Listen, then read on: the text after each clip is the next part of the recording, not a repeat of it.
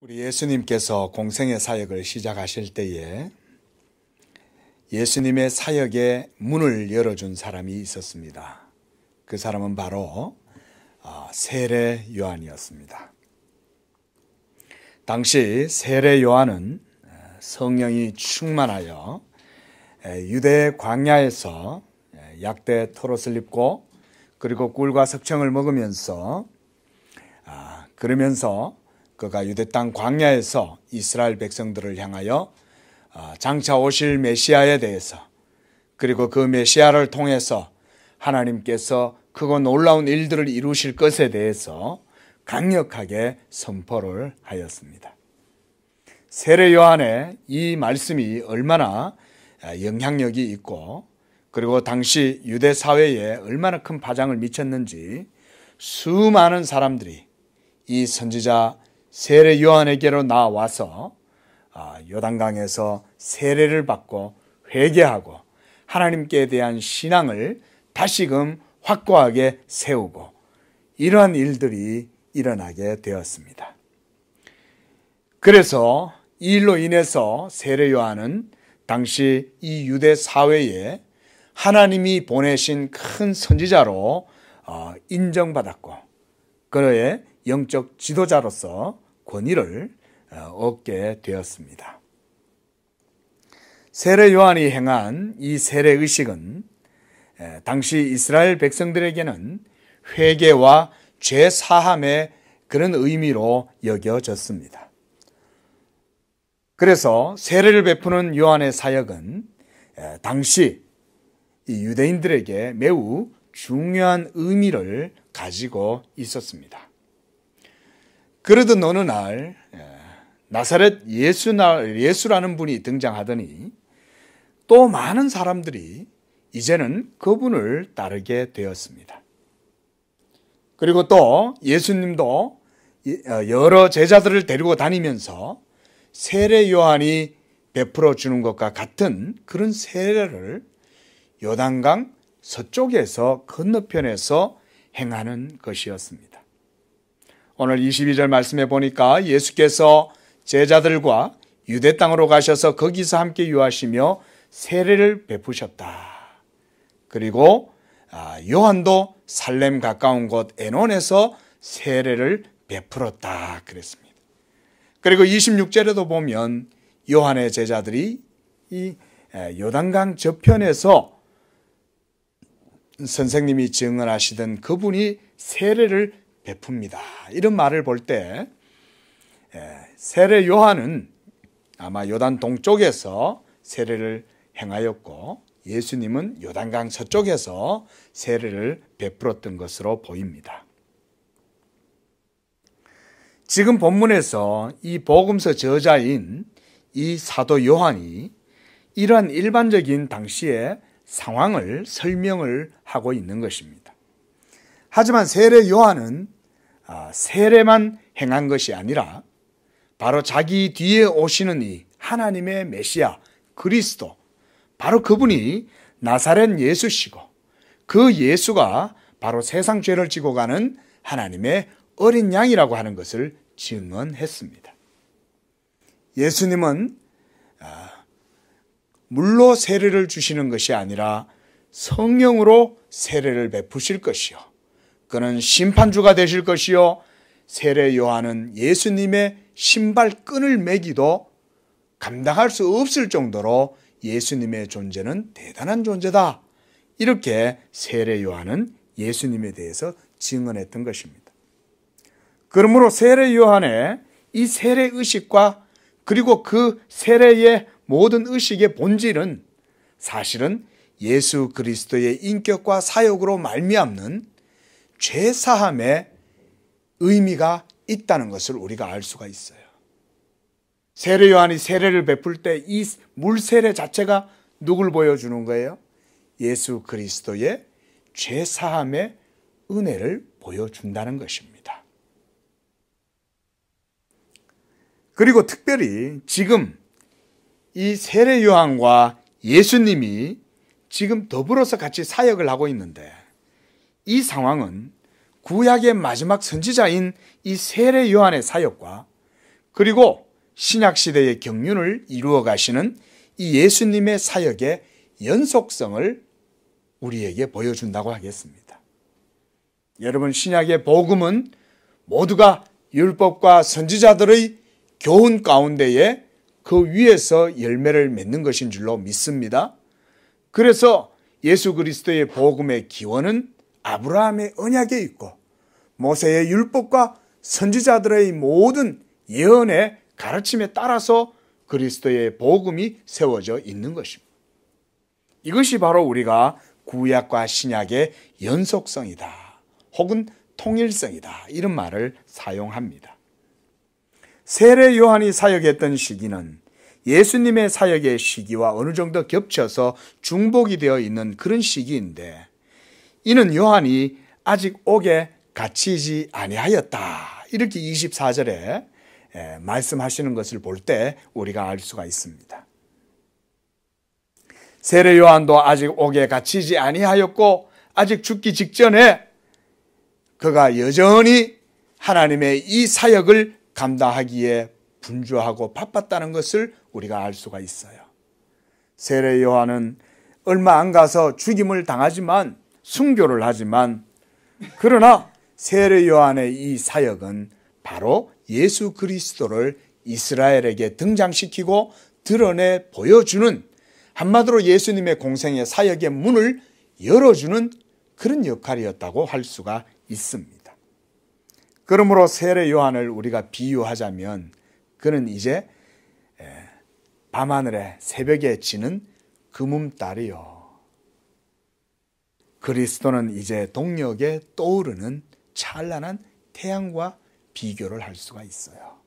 자, 여러분, 달빛이 밤하늘에 나그네 길을 비추어 주지만, 그래서 오솔밭길을 막 나그네가 밤길을 걸어갈 때 그 태양, 밤하늘에 비치는 그 달빛 때문에 그래도 밤길을 걸어가는 나그네들도 돌부리에 걸리지 않고 조심해서 걸어갈 수 있지만, 이제 새벽이 되고 동력에 해가 뜨면 더 이상 이 밤하늘의 달은 아무런 힘을 발휘하지 못합니다. 세례 요한은 바로 지금 그런 사람으로 비유할 수가 있는 거예요.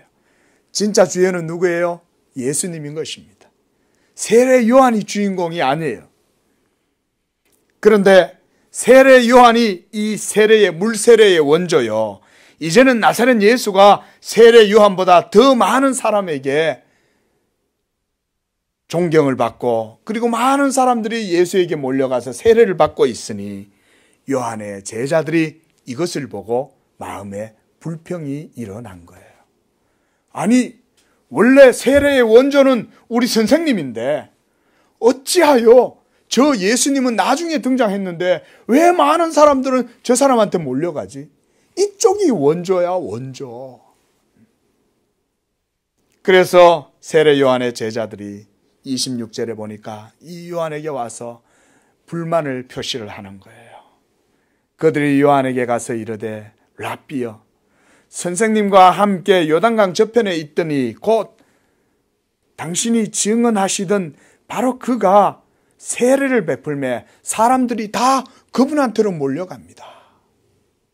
자, 여러분, 이 말에서 우리는 요한의 제자들의 불평 섞인 어조를 읽어낼 수 있어요. 여러분, 이들은 지금 하나님께 대한 열심이 있는 게 아니라 자기들의 선생과 자기들의 유파와 자기들의 어떤 조직이나 이런 데 대한 열심을 가지고 있는 거예요. 여러분, 모든 일들을 행할 때 하나님께 열심을 내시기를 바랍니다. 여러분, 우리의 모든 삶의 중심은 하나님이 되어야 됩니다. 모든 삶의 가치의 중심도 하나님이어야 됩니다. 그러므로 하나님을 위해서라면 무엇이든 다른 것들을 아끼지 말아야 하는 것입니다. 비록 내가 세례 요한의 파에 속해 있고, 내가 바리새파에 속해 있고, 에세네파에 속해 있고, 내가 사두개파에 속해 있다 할지라도 그가 바로 하나님을 위해서, 하나님의 영광을 위해서 살아간다면 바리새파가 무슨 상관이고 사두개파는 무슨 상관이고 에세네파는 무슨 상관이겠어요? 여러분, 그리스도파는 무슨 상관이고 베드로파는 무슨 상관이고 아볼로파는 무슨 상관이며 바울파는 무슨 상관이겠어요? 그들 가운데에, 고린도 교회 가운데에 온전히 하나님이 중심되고 하나님이 온전히 가치가 됐다면 바울파, 게바파, 아볼로파가 생길 이유는 전혀 없어요. 여러분, 신앙은 내 기득권이 아닙니다. 신앙은 내 것이 아니에요. 하나님의 은혜의 선물이에요. 그러므로 내가 지금 어떤 믿음을 가졌다면 다른 사람들이 내 믿음을 인정해 주지 않거나 또는 다른 식으로 예수님을 믿거나 그런다고 해서 그들을 향해서 뭐라고 하실 필요가 없어요. 그들이 진리에 따르고 하나님의 말씀 가운데 거한다면 심지어 우리 교회를 다니지 않아도 상관없는 거예요. 왜 우리 교회를 안 다닌다고 해서 다른 교회 성도들의 신앙을 우리가 아무렇게나 뭐라고 할 수 있냐 이거죠. 그럴 수가 없어요. 그것은 다른 교회들도 마찬가지입니다. 모두가 다 하나님을 중심으로 살아간다면, 누구나가 다 하나님의 영광을 위하여 일한다면 누구나 다 존경하고 존중하고 인정하고 높여주고 그렇게 하면 되는 것입니다. 그런데 지금 세례 요한의 제자들은 세례 요한, 자기들의 스승이 이 군중들에게로부터 인기를 잃어가는 것에 마음에 불만을 가진 거예요. 그때 세례 요한은 바로 이 27절부터 제자들의 그런 잘못된 생각들에 대해서 교정을 해주고 있는 것이 오늘 본문의 말씀이라고도 할 수가 있습니다. 그런데 25절에 보니까 요한의 제자들이 어떤 한 유대인과 변론을 했다, 이런 얘기가 나와요.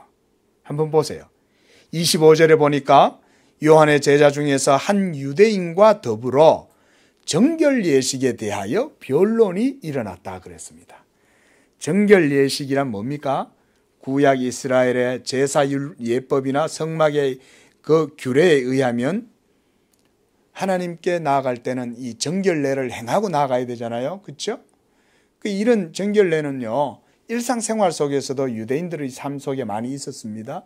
예를 들어서 집에 들어갈 때도 이 손을 씻는다든지 발을 씻는다든지 이런 것들은 청결을 위한, 위생을 위한 것일 수도 있지만 하나님 앞에서의 정결을 위한 예식인 것도 있었어요.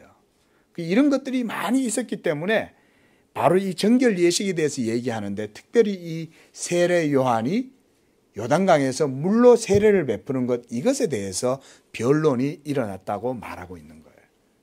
그렇겠죠. 여러분, 요단강에서 물로 세례를 베푸는 이 의식은, 이 정결 예식은 구약 이스라엘의 율법 속에 엄밀히 말하면 없어요. 왜냐하면 이 세례라고 하는 것은 엄격히 얘기하면 물 속에다가 완전히 침수해서 다시금 그를 물 밖으로 이렇게 끌어내는 거예요. 우리는 요즘 침례를 안 하죠. 우리 장로교회는 침례를 안 합니다. 왜냐하면 침례가 바로 그 세례의 의식이라고 하는 것을 우리가 알기 때문에 우리가 굳이 침례를 행하지는 않아요.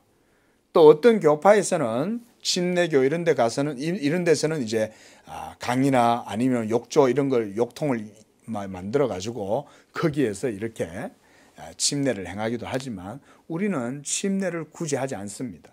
그렇다고 침례를 하는 그분들을 또 잘못됐다 이렇게 말하지도 않아요.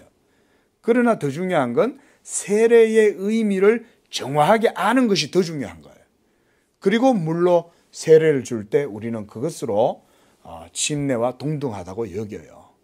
자, 어쨌든 이렇게 정결 예식에 대한 변론이 유대인과 일어났는데, 아마 이 유대인이 이 예수님도 세례를 주니까 그것에 대해서까지 얘기를 한 것 같아요. 야, 원래 너희 선생님 세례 요한이 정말 큰 권위자고, 그리고 그가 하나님의 선지자고 하나님의 종이라고 우리가 알고 있는데, 느닷없이 없이 무슨 나사렛 예수라는 한 사람이 등장해가지고 그 사람도 요단강 저편에서 세례를 주는데 많은 사람들이 그 사람한테 가더라. 도대체 이 세례, 물세례 의식이 어디서 나온 거냐? 세례 요한은 하나님께로부터 보내심을 받아서 물세례를 줬는데 도대체 그 나사렛 예수는 무슨 근거로 세례를 주고 있는 거냐? 그 얘기인 거예요. 그렇죠? 어쩌면 그들은 그렇게 생각했을 거예요. 너희 선생님이 혹시 분점을 내줬냐? 지점을 내줬냐? 그곳에 가서 예수님한테 거기에서 세례 베풀라고 허락해 준 거냐? 아마 이런 질문도 그들은 이 요한의 제자들에게 했을 거예요.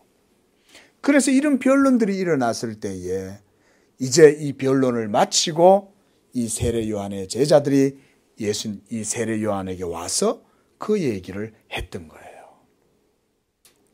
그때 우리가 이제 주목해야 될 것이 바로 세례 요한이 제자들에게 한 답변입니다. 대답이에요. 요한이 대답하여 이르되 만일 하늘에서 주신 바가 아니면 사람이 아무것도 받을 수 없느니라. 만약 그 예수가 지금 물 세례를 주고 있는데 그 세례를 베풀 때에 그 세례를 통해서 너희가 하늘의 은총, 죄사함의 은혜 그것을 받는다면 그것은 하늘에서 주신 것이지 나 요한이 주는 것이 아니다. 그 말인 거예요. 여러분, 세례 요한이 물세례를 줘서 그래서 사람들이 죄사함을 받는 건가요? 아니죠. 세례 요한은 그저 세례를 행할 뿐인 거예요. 그러면 그 세례를 행하는 사람은 어떤 마음으로 세례를 받습니까? 살아계신 하나님께 경건한 마음과 그리고 자기의 모든 죄를 자복하는 마음으로 회개함으로 나올 거 아니에요. 그러면 그 죄를 누가 사해줘요? 여러분, 침례의식 자체가 죄사함이 됩니까? 목사가 세례를 주면 그 세례 때문에 그 사람이 죄사함을 받습니까? 그게 아니에요. 그렇죠? 본질을 분명하게 기억해야 되는 거예요. 세례의식이 그 사람으로 하여금 죄를 사하게 하는 게 아니라 그가 하나님께 회개할 때 하나님이 그의 죄를 사해 주시는 거죠. 그리고 그 죄사함의 표징으로 세례가 베풀어지는 것입니다. 우리가 예수님을 믿을 때도 마찬가지예요. 예수를 믿고 죄사함을 얻고 구원을 얻게 되는 것도 바로 세례 때문에 구원받는 게 아닙니다. 먼저 우리가 예수를 마음으로 믿고 입으로 고백하고 시인하니 목사가 여러분들의 신앙 고백을 듣고 하나님의 말씀대로 세례를 베풀므로 하나님의 그 복음의 인침을 그렇게 행하는 거예요. 그러므로 믿음이 먼저죠. 믿음이 없이는 세례는 아무 효력이 없어요. 세례 요한의 물세례도 마찬가지입니다. 그러므로 하늘에서 주신 바가 아니면 하늘에서 은혜를 베풀어 주고 죄사함을 주시지 아니하면 아무도 그것을 받을 수 없다. 받게 할 수도 없다. 예?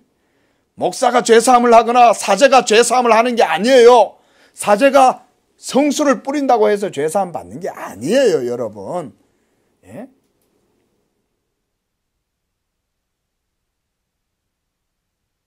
(28절에) 세례 요한은 계속해서 대답합니다. 죄사함의 본질이 무엇냐를 보여주는 거예요. 그건 뭐냐면 바로 나는 그리스도가 아니요 나는 그의 앞에 그저 보내심을 받아서 그분이 가는 길을 준비하고 문을 열어주고 공적인 사역을 선언하는 그런 역할을 하는 자다. 암행어사 출도요 할 때 암행어사가 그 소리 해요? 비켜라 전하가 나가신다 하면 임금이 행차할 때 그 소리를 임금이 그 소리를 합니까? 그 앞에 나가는 시위대장이 하고 암행어사의 부하들이 막 뛰어나가서 암행어사 출도라고 얘기하지. 세례 요한은 그런 역할을 하는 거예요. 그러므로 그의 앞에 보내심을 받은 자라고 나에 대해서 증언할 자는 바로 너희들이다. 너희들. 바로 예수님의 제자들을 요한의 제자들을 일컬어서 요한이 이렇게 말하는 거예요. 얘들아, 너희는 나를 증언할 것이 아니라 내가 증언하는 바 저 예수에 대해서 너희도 증언을 해야 된다. 저분이 본질이다. 내가 물세례를 주는 것은 바로 저분을 이스라엘에게 드러내기 위해서다. 이 물세례의 본질도 바로 저 예수가 하나님의 어린 양이 되어서 인류의 모든 죄를 다 짊어지고 십자가에 죽으실 때 그 예수를 믿음으로 죄사함을 얻는다는 것을 내가 보여주기 위해서 물세례를 주는 것이다. 이것이 여러분 물세례의 본질이에요. 믿으시기 바랍니다. 이걸 분명히 기억하셔야 돼요. 고해 성사한다고 죄사함 받는 거 아니에요. 신부에게 그 사람의 죄를 모두 다 낱낱이 고한다고 죄사함 받는 게 아니라니까요. 예수를 믿어야 죄사함을 받는 거예요. 그래서 종교개혁자들이 그렇게 고해 성사든 막 가톨릭에서 여러분 로마 교회에서 막 교황주의자들이 행하는 사제들의 축성이라든가 사제들의 이 견진례라든가 이런 것들에 대해서 그렇게 비판을 했던 거예요.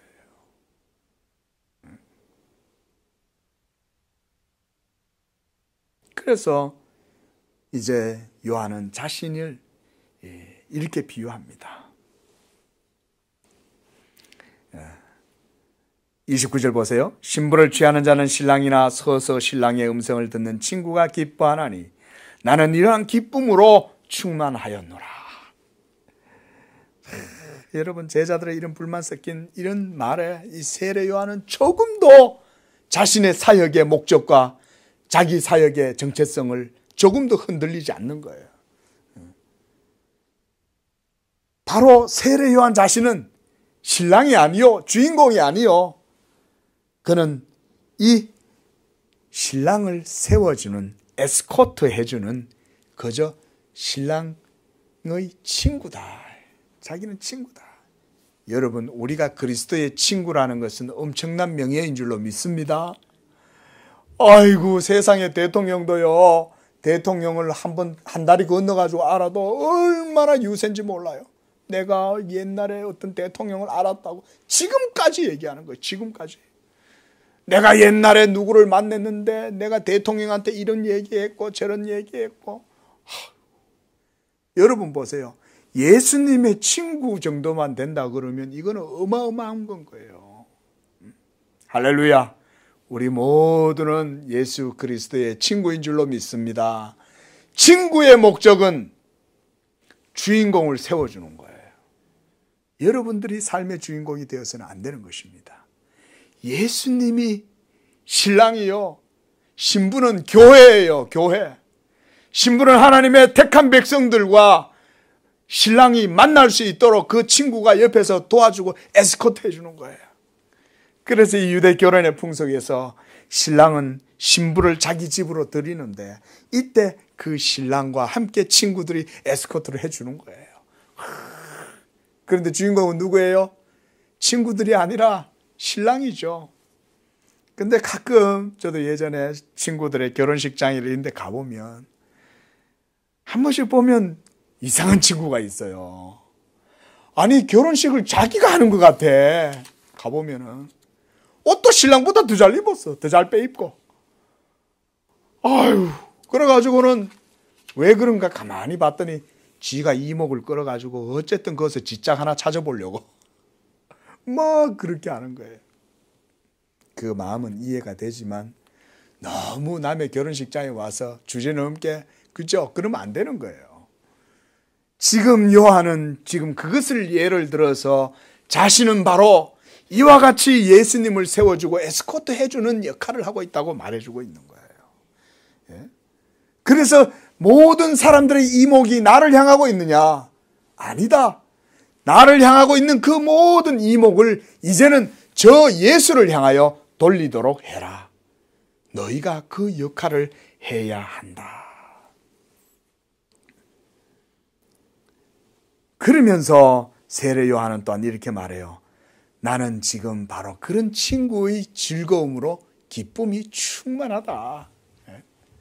친구의 결혼식장 가면 친구들이 정말 기뻐하죠. 그죠? 옆에서 폭죽 터뜨리고 유 하고 막 환호 지르고 만세라고 얘기하는 거는 신랑보다 친구들이 더 많아. 야, 드디어 노총각이 드디어 장가를 가는구나 이러면서 막 친구들이 즐거워해 주는 거예요. 그러므로 여러분, 세례 요한의 이 기쁨이 충만하다, 이 말에는 중요한 의미가 담겨 있습니다. 이렇게 자신이 주역이 아닌데도 불구하고 자신은 엑스트라요, 그저 보조적인 역할을 함에도 불구하고 그는 왜 기쁨으로 자기가 충만하다고 이렇게 말을 하고 있을까요? 그것은 바로 하나님께로 부여받은 자신의 사명이 무엇인지 정확하게 알고 있었기 때문에 그런 거예요. 세례 요한의 사명이 뭐예요? 온 인류의 죄를 십자가에서 단번에 죽으심으로 해결하실 바로 그 하나님의 어린 양, 그 예수. 역사에서 단 한 번 있는 거예요. 인류 역사에서. 창세 이래에. 바로 그 주인공인 예수 그리스도가 인류의 죄를 위하여 감당해야 될 그 진리의 놀라운 구속의 역사를 감당함에 있어서 자기가 맡은 역할이 뭔지 알았기 때문에 그는 지금 죽어도 여한이 없는 것입니다. 여러분, 사람이 그렇죠? 우리 사람은 명분이 있으면 깨끗하게도 죽을 수 있어요. 지금 죽어도 내가 죽음의 명분이 있으면 죽음이 아플지라도 고통스러울지라도 명분이 있으면 사람은 언제든지 죽음을 받아들일 수가 있습니다. 세례 요한은 지금 바로 그런 기쁨에 충만해 있다. 이젠 죽어도 여한이 없다. 이 말과 같은 거예요. 세례 요한은.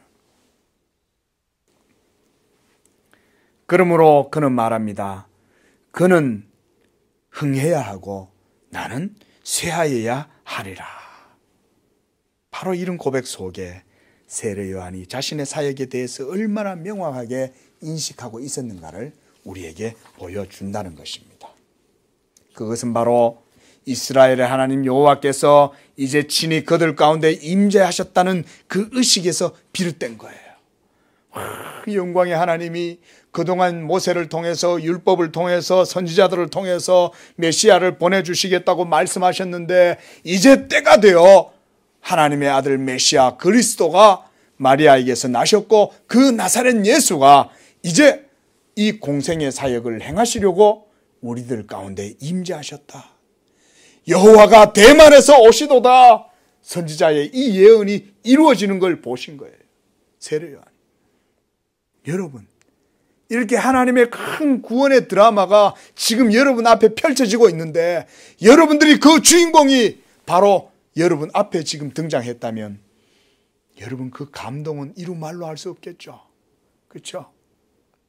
하나님의 큰 구속의 드라마, 인류 역사 가운데 위대한 하나의 드라마, 이 대드라마의 주인공이 드디어 등장했는데 그가 바로 내 앞에 서 계신 거예요. 어마어마한 사건인 거예요, 여러분. 바로 그 여호와를 드러내어서 이스라엘로 하여금 믿게끔 하고 그래서 그것을 믿게 하는 것이 바로 세례 요한의 물세례 사역이었어요. 나사렛 예수가 바로 그 메시아요, 하나님의 그리스도요, 이스라엘의 언약의 사자였으며 그가 바로 하나님의 언약의 상속자, 하나님의 아들. 사람들이 성육신하신 그리스도를 보고도 그의 영광과 그의 존재의 기원과 그리고 그 본질에 대해서 알지 못했지만 세례 요한은요, 성령의 지시하심을 받아서 예수가 하나님의 아들 메시아인 것을 알았어요. 그리고 그가 이스라엘의 하나님이시요, 그가 바로 구약 이스라엘 백성들을 광야에서 이끌어 주셨던 언약의 사자, 가나안 땅에서 사사들 가운데 역사하신 그 언약의 사자, 다윗을 세우시고 솔로몬을 세우시고 이스라엘로 하여금 바벨론의 포로가 되게 했다가 다시금 환도해서 다시금 포로에서 귀환하게 하신 바로 그 하나님, 그가 바로 지금 세례 요한 앞에 서 계신 하나님의 아들 예수신 거예요. 여러분, 이 사실을 안다는 게 세례 요한에게 어떤 기쁨을 주었겠어요? 놀라운 거예요. 그 감동과 그 놀라움은 우리가 이해하기 어려울 정도예요. 모든 율법과 선지자가 예언했던 바로 그 실체께서 드디어 성육신하셔서 지금 자기 앞에 서 있잖아요. 역사와 시간 속에 들어오셨어요.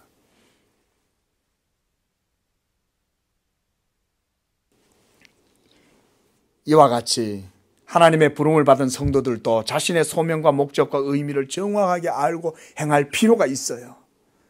여러분, 또 그것을 알 때에 그 소명을 위해서 우리들 자신들을 하나님께 드릴 수 있어야 되는 것입니다.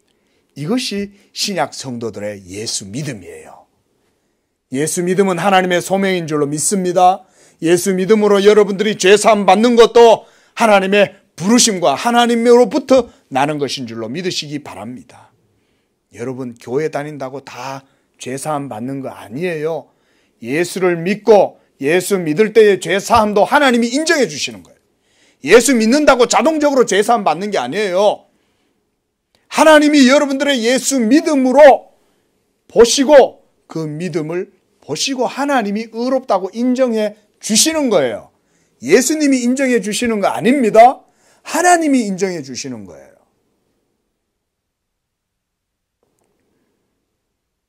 하나님께서 성경을 통해서 보여주신 이 구원의 역사, 우리가 이것을 구속 계시의 역사다 이렇게 말합니다. 이 역사는, 이 구원의 역사는 점진적으로 발전을 한다고 우리가 이렇게 말해요. 프로그레시브하게, 점차적으로. 그래서 최초에 범죄한 아담과 하와에게는 원시 복음이 전해졌고, 노아에게 이 복음이 더 전해졌고, 그리고 홍수 심판 이후에 다시금 계속해서 이 복음이 전해지다가 아브라함에게 와가지고는 한층 더 크게 확대되고, 그리고 이삭에게서 또 야곱에게서 이스라엘 12지파가 태어나고, 그렇게 해서 이스라엘 12지파가 애굽으로 내려가고, 거기에서 200만 명 넘는 이스라엘의 인구가 형성되고, 그렇게 해서 그들이 홍해를 건너서 광야로 들어가고, 하나님이 모세를 통해서 시내산에서 율법을 주시고, 그리고 그 율법을 아래에서 그들이 신앙생활을 하다가 선지자들을 하나님께서 또한 보내시고, 여러분 이런 모든 과정들이 점차 확대되는데, 이 모든 것들이 궁극적인 지향점이 어디냐면 바로 예수 그리스도에 있어요. 그래서 우리가 구약의 모든 역사가 예수 그리스도의 구원을 위한 모형과 상징 또는 그림자, 초등학문, 몽학선생 이런 표현들을 쓰는 것입니다. 그러나 예수께서 오심으로 십자가로 모든 구속의 의를 이루시고 이제 그의 성령을 믿는 자들에게 부어주심으로 하나님의 모든 약속하신 언약이, 그 언약의 경륜이 성취된 것입니다. 우리 한번 그게 따라 보겠습니다. 언약의 경륜. 이 언약의 경륜이 예수 십자가로 말미암아 완성되고 성취된 것입니다. 바로 이 복음의 경륜, 이것은 창세전부터 하나님 안에 감추어졌던 것이라고 사도 바울은 말해요. 이 비밀했던 하나님의 경륜이 예수 그리스도로 말미암아 성취되었고 이제 믿는 자들 가운데 성령으로 드러나게 된 것입니다. 그래서 우리가 삼위일체 하나님 안에 있는 이 영원한 이 신적 협약이 영원전에 있었다. 이 세상이 있기도 전에 삼위일체 하나님, 전지전능하신 하나님은 이미 모든 것들을 작정하고 예정하고 선택하시고, 그리고 역사의 모든 순간순간 속에 바로 하나님의 섭리와 통치와 보전, 역사하심이 그렇게 이루어진 것입니다. 그러니까 때가 되어서 하나님의 아들이 그 영원한 작정과 섭리와 경륜을 따라서 이 세상에 오신 거예요. 우리가 이것을 하나님의 언약의 경륜이다 이렇게 말합니다. 이러한 영원한 천상의 삼위 간의 협약이 있었을 때 이 역사 가운데 특별히 율법과 선지자들을 통해서 이것이 계시되었고 해석이 되었던 거예요. 그래서 우리가 구약을 이런 맥락 속에서 공부를 하는 거예요. 그래서 세례 요한은 이제 이렇게 말합니다. 위로부터 오시는 이는 만물 위에 계시고 땅에 난 이는 땅에 속하여 땅의 것을 말하느니라. 하늘로부터 오시는 이는 만물 위에 계시나니 그가 친히 보고 들은 것을 증언하되 그의 증언을 받는 자가 없도다. 자, 여러분 여기서 위로부터 오시는 이, 또 만물 위에 계시는 이, 그가 보고 친히 들은 것을 증언하고 이렇게 얘기할 때 여기서 그는 누구를 얘기하는 걸까요? 위로부터 오시는 이, 만물 위에 계시는 이 누굴까요? 예, 바로 예수 그리스도를 세례 요한이 이렇게 지금 증언하고 있는 거예요. 영원에서부터 오시는 바로 그이가 예수 그리스도시다 이거예요. 영원한 삼위일체 하나님 성삼위께서 계시지만 거기에서 오신 하나님의 아들, 세례 요한은 제자들에게 바로 이렇게 예수님의 존재는 만물 위에 계신 분이요, 그는 하늘에서 나신 이요 하늘로부터 오시는 이라고 증거하고 있어요. 그가 바로 영원한 삼위일체 하나님 가운데 제2위이신 성자 예수 그리스도시요, 그래서 예수님을 위로부터 오시는 분이요, 그가 만물 위에 계시다고 그렇게 얘기하는 거예요. 여기서 땅에서 난 이는 누굴 얘기할까요? 1차적으로 이것은 세례 요한 자신을 말해요. 내 근원은 이 땅에 있고 예수님의 근원은 하늘에 있어, 이거예요. 모세는 율법의 창시자라 하지만 예수 그리스도는 은혜와 진리의 창시자다. 율법은 모세로 말미암지만 은혜와 진리는 예수 그리스도로 말미암다라고 요한이 얘기한 것도 바로 이런 맥락인 거예요. 세례 요한은 사람이에요. 그는 그저 메시아가 아니라 메시아를 드러내고 증언하는 자에 불과해요. 하나님의 종이에요. 그러나 예수 그리스도는 성육신하시고 사람의 몸을 입으셨지만 그의 존재와 그의 본질과 기원은 영원의 상고의 태초에 있다. 할렐루야. 믿으시기 바랍니다. 이것이 바로 예수님이에요. 그 세례 요한은 바로 예수님을 지금 그렇게 설명하고 있는 거예요. 그래서 여러분 보세요. 이렇게 말해요. 하나님의 진리를 우리에게 전해주실 수 있는 분은 위로부터 오신 그분 이외에는 없다. 자, 여러분, 우리가 누군가가 만약 저 태양계 밖에 안드로메다 행성에서 온 사람이 있다고 가정해봐요. 안드로메다에 대해서 얘기해 줄 수 있는 사람은 거기서 온 사람밖에 없을 거예요. 그렇죠? 안드로메다에 가면 실제로 아무런 생명체도 없어요. 거기는 아무것도 없어요. 물도 없고 공기도 없고 풀도 없고 나무도 없고 아무것도 없어요. 그러니까 거기에 있는 거는 아무도 누가 얘기해 주기는 어려워요. 그러나 그것을 창조하신 분은 얘기를 해줄 수 있어요. 오직 위로부터 나신 예수 그리스도만이 하나님의 진리의 세계에 대해서 말씀해 줄 수 있다는 거예요. 여러분, 영원전에 무슨 일이 있었는지 여러분들 어떻게 아시겠어요? 오늘 이 남목사가 여러분들에게 창세전에 삼위일체 하나님이 계셨고 삼위 성부 성자 성령 사이에 영원한 신적 협약이 있었다고 말하고 그 비밀한 경륜이 이제 역사 속에서 프로그레시브하게 점진적으로 나타나서 이 구석의 계시가 예수 그리스도의 인격과 사역에서 절정을 이루었다. 그리고 예수 그리스도로 말미암아 하나님이 이 모든 날 마지막에 이제는 우리에게 말씀하신다. 자, 이런 말을 할 때 여러분, 이것을 제가 스스로 공부해서 알 수 있을까요? 이것은 제가 알 수 없어요. 세례 요한조차도 이것은 스스로 알 수 없는 거예요. 그런데 이것을 설명해 주실 수 있는 분은 있어요. 누구겠어요? 영원 전부터 계셨던 바로 그분만은 이것을 설명해 줄 수 있는 거예요. 하나님 아버지께로부터 보내심을 받은 메시아는 이것을 우리에게 말씀해 줄 수 있어요. 그리고 하늘의 그 진리를 우리에게 전해 주실 때 바로 그 하늘의 진리는 우리 사람들을 모든 죄와 사망에서 구원할 수 있는 말씀인 거예요.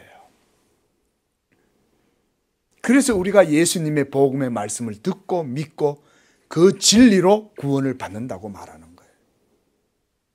예수의 복음을 듣지 못하면 아무도 구원을 얻을 수 없는데 이 복음을 우리에게 주기 위해서 하늘로부터 하나님의 아들이 임하셨다. 그러나 33절에 보세요. 그의 증언을 받는 자는 하나님이 참되시다는 것을 인쳤다.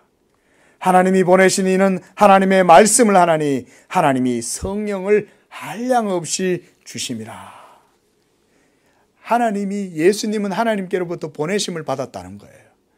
그러므로 하나님께로부터 보내심을 받았기 때문에 그분은 하나님의 말씀을 우리에게 전해 주실 수 있다는 것입니다. 그리고 그가 말씀을 전할 때에도 그냥 전하는 게 아니라 하나님의 한량없는 성령을 부어주심으로 인하여 그것을 통해서 우리에게 그 말씀을 증거하신다는 것입니다. 놀라운 얘기죠. 예수님은 하나님이신데도 불구하고 또한 거기에는 성령이 같이 동사하신다. 코오퍼레이트, 함께 역사하신다는 거예요. 여러분, 성령을 한량없이 또한 하나님이 이 성육신하신 예수에게 부어주신다는 거예요. 왜 그렇게 하시겠어요? 그 이유는 뭘까요? 왜 하나님이 메시아이신 하나님의 아들에게 성령을 또한 풍성하게 부어 주셨을까요? 하나님의 진리는 삼위일체이기 때문에 그런 거예요. 그래서 성부와 성자와 성령은 예수 그리스도의 복음의 진리 안에 절대적인 요소인 거예요. 그래서 우리가 예수님을 믿을 때 반드시 삼위일체 하나님을 고백합니다. 우리가 예배 드릴 때 사도신경 하잖아요. 사도신경 할 때 여러분 우리가 뭘 고백합니까? 전능하사 천지를 만드신 하나님 아버지를 내가 믿사오며 그 외아들 우리 주 예수 그리스도를 믿사오며 이는 성령으로 잉태되었다. 성부와 성자와 성령을 공히 얘기합니다.